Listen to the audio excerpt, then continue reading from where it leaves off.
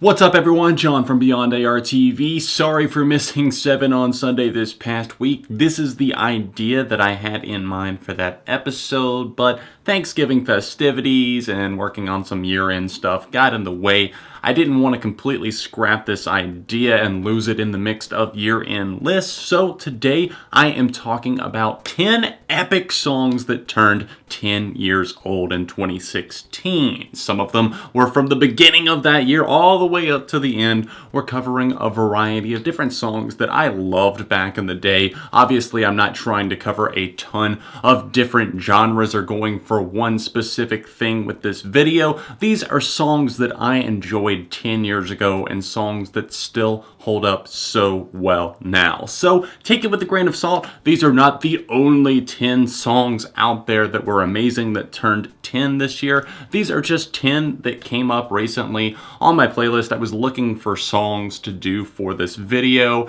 and I do plan on doing this again for 2017 if you guys like it. So if you do, show me with a like on the video, and of course don't forget to subscribe to the channel so you don't miss out on future uploads. Other than that, let's kick off our list of 10 epic songs that turned 10 in 2016.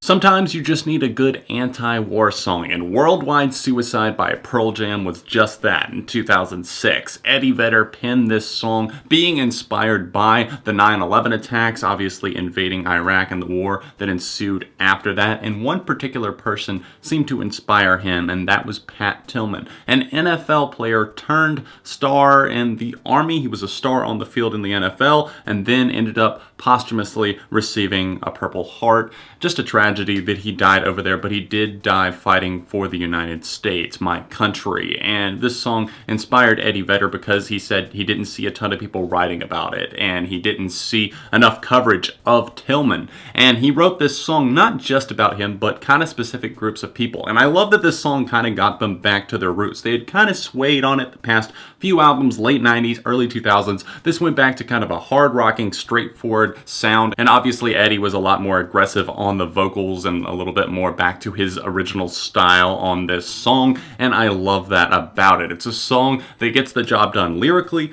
musically, and like I said, still holds up a decade later.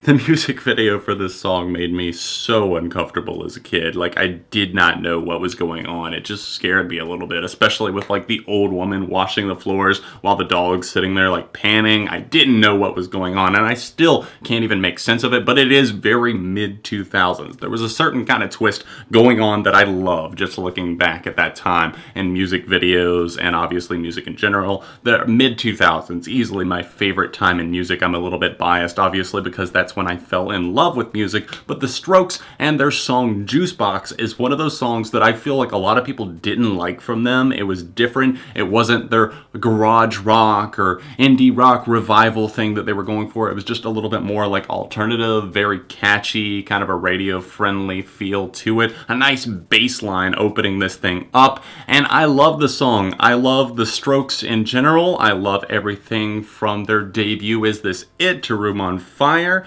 to even stuff like Angles, and obviously First Impressions of Earth, a very different album for The Strokes, and Juicebox was a very different lead-off single. Something's getting in the way, something's just about to break. I will try to find my place in the diary of James, so tell me how it should be.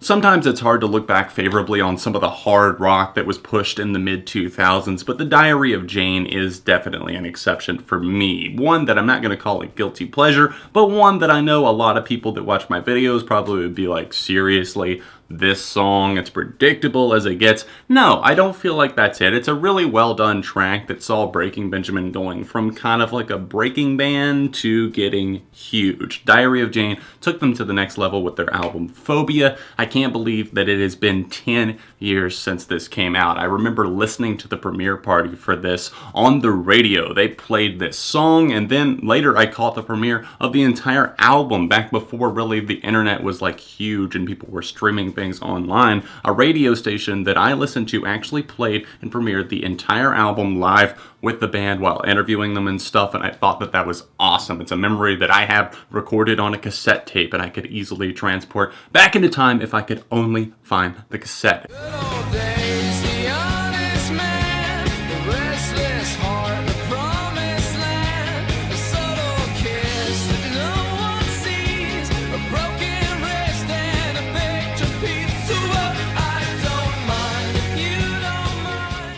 Straying to a different side of things, we see the loosely flowing Read My Mind by The Killers. I thought that Sam's Town was a fantastic release. Didn't quite top Hot Fuss for me, but still a damn good album. I think Brandon Flowers might have killed it a little bit just by hyping it up to be like the best album of the 21st century so far, or whatever it was he was trying to sell it as to like Rolling Stone and other publications. It didn't quite live up to that, but still a really, really solid album that I feel like has some overshadowed songs, including this single, Read My Mind. This is one that kind of has an effervescent feel to it, kind of transparent. You can see through these lucid synthesizers that work their way in, open the song with a big airy feel, and then he's just kind of pondering life and wandering through in this song, and I like that. It's trying to find its place in your mind, in its own mind, and it really gets the job done. Everyone is so focused clearly. The sunshine.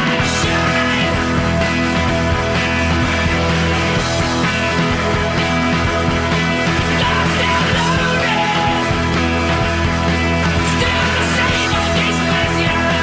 Been through long days. I've been waiting for this moment. All this video. Lazy Eye by the Silver Sun Pickups off their debut album Carnivus. A great listen if you've never heard the album. And obviously Lazy Eye, plenty of you guys probably know that. It's been used in like trailers, it's been used in various video games like Rock Band. You can play along with it. Just kind of a popular song that I feel like a lot of people know from a lesser known band. This was a big hit for them on alternative and rock radio, even crossing over to somewhat of a mainstream success. And the Silver Sun Pickups are still alive and kicking these days, making some great music. Lazy Eye is one that does everything right for a longer song. It's one that builds in its intensity. It's got this growing feel to it. I love the guitars and the way that they're structured here. They just feel very happy and uplifting, and then it roars to life like you can see in that little clip that I was playing there before I talked about the song. It's something that just gets huge. It's a monster of a song,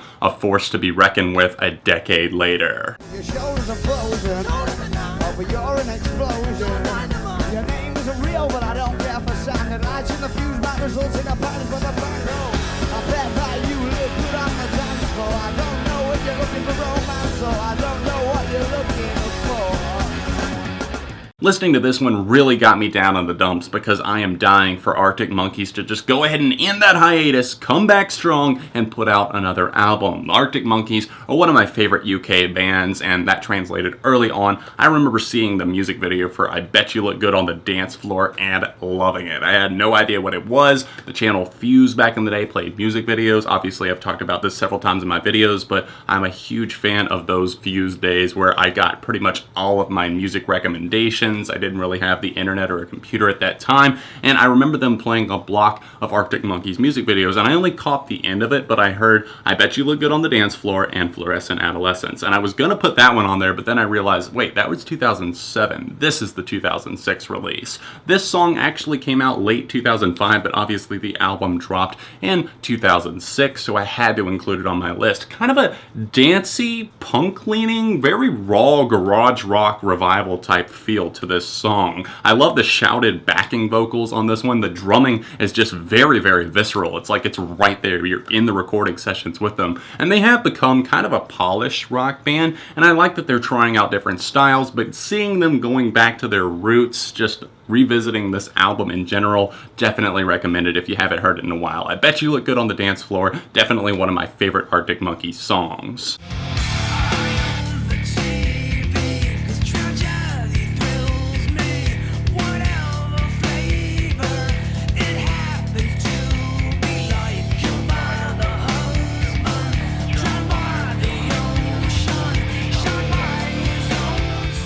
Kind of similar to my number 10 pick, Worldwide Suicide by Pearl Jam. I remember Tool finally dropping new music. People seemed to be really, really excited. I was a close follower of the alternative and rock charts, and I saw this song by Tool debuting at number 2 on the alternative and I believe the rock charts as well. And I was like, okay, what is this? It's a longer song. It's 7 minutes, and I finally got to hear it played on the radio, and I was like, whoa, they played the entire thing. I wasn't expecting that. Normally they chop it down to a radio edit, but I can see why Tool refused to do that. Obviously, Maynard is a very, very controlling person, and he wants his art to be appreciated, and I totally understand that. I just wish maybe we could get a new album from them or something, because I am a pretty big Tool fan. I know I don't talk about them a lot, just because I don't see a ton of people asking for it, but I had to put this song on the list just because it is so grandiose and epic. I love the theme of this song. The guitar on it is fantastic, waxing and waning,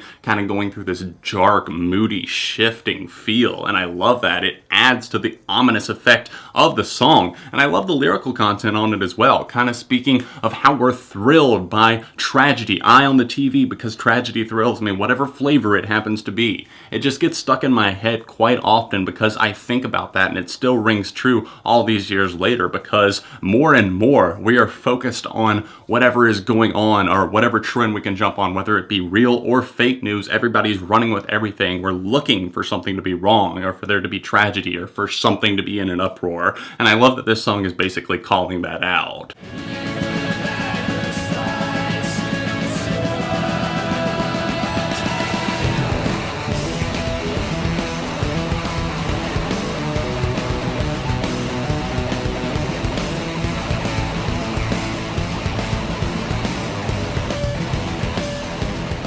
It doesn't get much more epic than this. This was my favorite song for months whenever it came out. The first time I heard it, I was in shock. I think that's when I had my first orgasm. Nights of Cydonia by Muse is a fascinating listen. I love this track. All of the little details that go into it, its intricacies, just the guitar patterns, the bass on it, and the vocals from Matthew Bellamy on this is fantastic. He's ranging all the way from those high falsettos, pulling it off so it's not irritating, but then also kind of grounding it with a deeper tone in his voice as well. You and I must fight for our rights. You and I must fight to survive. It's an epic feel, kind of almost like a Western. I like the music video that goes along with it. Even though it is a bit silly, it kind of fits with the theme that I had in my head before I even saw the music video, and I was like, yeah, good Muse. This makes sense right here. With a sad heart, I say bye to you and wave.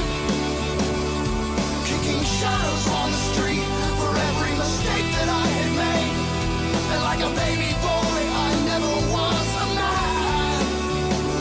Till I saw your blue eyes cry, and I held your face in my hand. Hate Me by Blue October is one that's kind of hard to talk about. It's such an emotional listen. No, not because I ever went through a battle with addiction and just the fallout with parents and somebody wanting to believe the best in you or anything like that. That's what this song is all about. It's emotional because you can feel what this man is going through, the lead singer of this band, Justin, and just all of his pain and suffering with his mom, having to let go, move on, get better. You can obviously hear at the beginning of the song, the little voice recording, "Hey Justin, this is your mother," just checking in on him and that sort of thing. And as the song goes on, it details what went on with his addiction, his battle. Basically her staying up, comforting him on the nights where he said that he was gonna do it again, he was gonna use again. And she's saying, you know, no, I'm the one that's gonna be here through all of this for you. And then that bridge is just the soaring eagle spread wings moment of this. With a sad heart, I say bye to you and wave.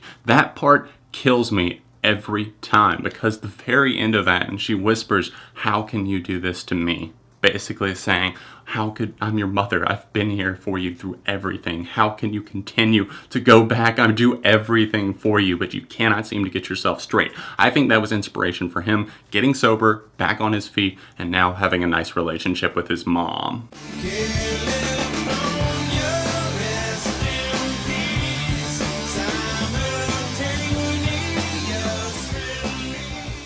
Finally, at my number one spot, we have none other than the Red Hot Chili Peppers with their hit, Janney California. This was top 10 on the Billboard Hot 100, obviously a number one on the alternative rock charts, tore it up worldwide, and for good reason. Holy shit, this song is just as good as the day I heard it. I remember watching the music video for it, seeing them going through all the decades and kind of paying homage to different years and styles, and loving the ever-living hell out of it. I think this song is genius. Just from a lyrical point of view, he's talking about this girl that he had actually supposedly sung about before. Kiedis talked about that. I actually reviewed their album Stadium Arcadium that Janney California is on earlier this year, and it was interesting to get a look into some of the lyrical content on it, and seeing that he had unknowingly wrote about this girl Danny before. We see her in, a track that you might know as Scar Tissue, I believe it was. He references her there, blood loss in a bathroom stall, and he's going into detail, and I like how he brings this character back